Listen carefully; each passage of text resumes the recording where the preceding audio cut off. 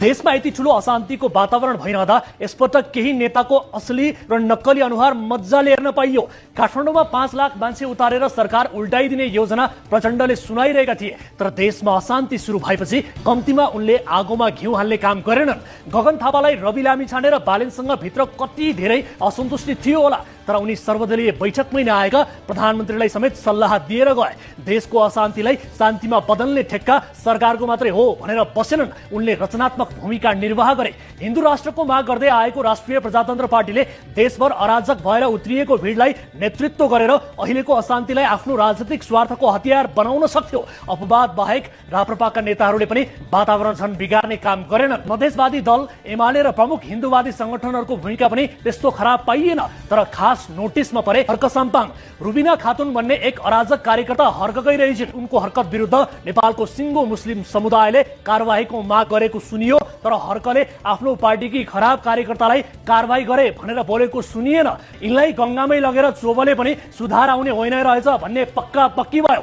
हर्क साम्पाङ बारे त टिप्पणी गर्ने इच्छा पनि थिएन, किनभने स्वतन्त्र प्रेसले पनि त्यस्ताको मात्रै टिप्पणी गर्ने इच्छा राख्छ जसले टिप्पणीका लागि आफ्नो स्तर मेन्टेन गरेको हुन्छन्।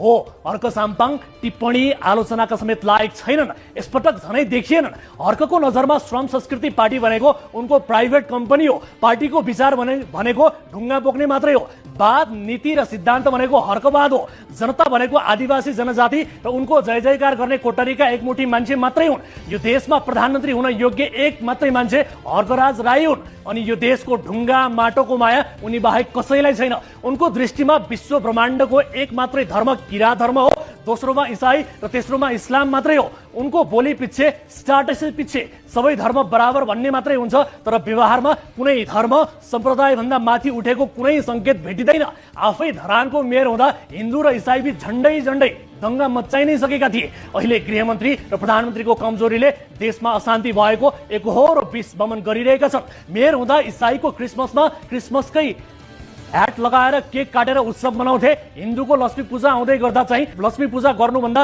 ढुङ्गा बोक्नु राम्रो भन्थे। उद्देश्य हर्कको पनि चन्द्र छुने नै देखिन्छ। संसदमा 7 सिट भए पनि आफूलाई प्रधानमन्त्री हुने योग्यताको मान्छे हो भन्ने ठान्छन्, तर व्यवहारमा कुनै धर्म जाति विशेषबाट माथि उठ्न सकेका छैनन्। देशको प्रधानमन्त्री हुने सपना पाल्ने मान्छेले धर्म, जाति, सम्प्रदाय, क्षेत्रगत भावना भन्दा माथि उठेर राष्ट्रिय हुन सिक्नुपर्छ।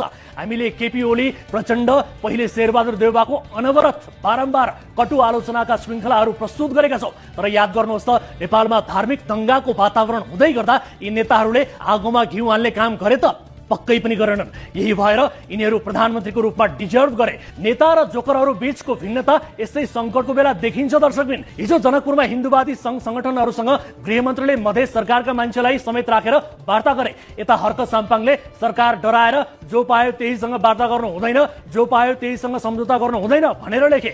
जानकी मन्दिर पस्न नदिने हिन्दू सम्राट सेना समेतका संघ संस्थासँग गृहमन्त्रीले वार्ता गरेका थिए। हर्कलाई त्यही हिन्दू सम्राट सेना व्यक्तिगत रूपमा मन नपरेका कारण उनले जो पाए त्यहीसँग वार्ता गर्न हुँदैन भनेर लेखेका हुन्। के अब हर्कको व्यक्तिगत समस्या समेतलाई ध्यानमा राखेर सरकारले वार्ता गर्ने हो र? सवाल देश र समाजको उठेपछि व्यक्तिगत कुण्ठा, प्रतिशोध, वैमनस्यहरू त आफै बिलाएर जान्छन्। हर्क र उनको कोटरीले आफूलाई धर्मका मामिलामा सन्तुलनमा राखेको भए उनीहरू कसरी निशानामा पर्थे त? होली वाइन भनेर एकनाथ ढकालको टिप्पणी हुन्छ, तर एकनाथ ढकाललाई कुनै मन्दिरमा प्रवेश निषेध गरिएको खबर हामीले सुनेका छैनौं। सारमा कुरा के हो भने हर्क साम्पाङ टिप्पणी योग्य नहुँदै पनि आज उहाँबारे हामीले केही कुरा बोल्नै पर्ने भयो। हामी आशा गर्छौं कि हर्कको कुण्ठित मन अबका दिनमा चौडा भएर जानेछन्। Hit the follow button for more videos.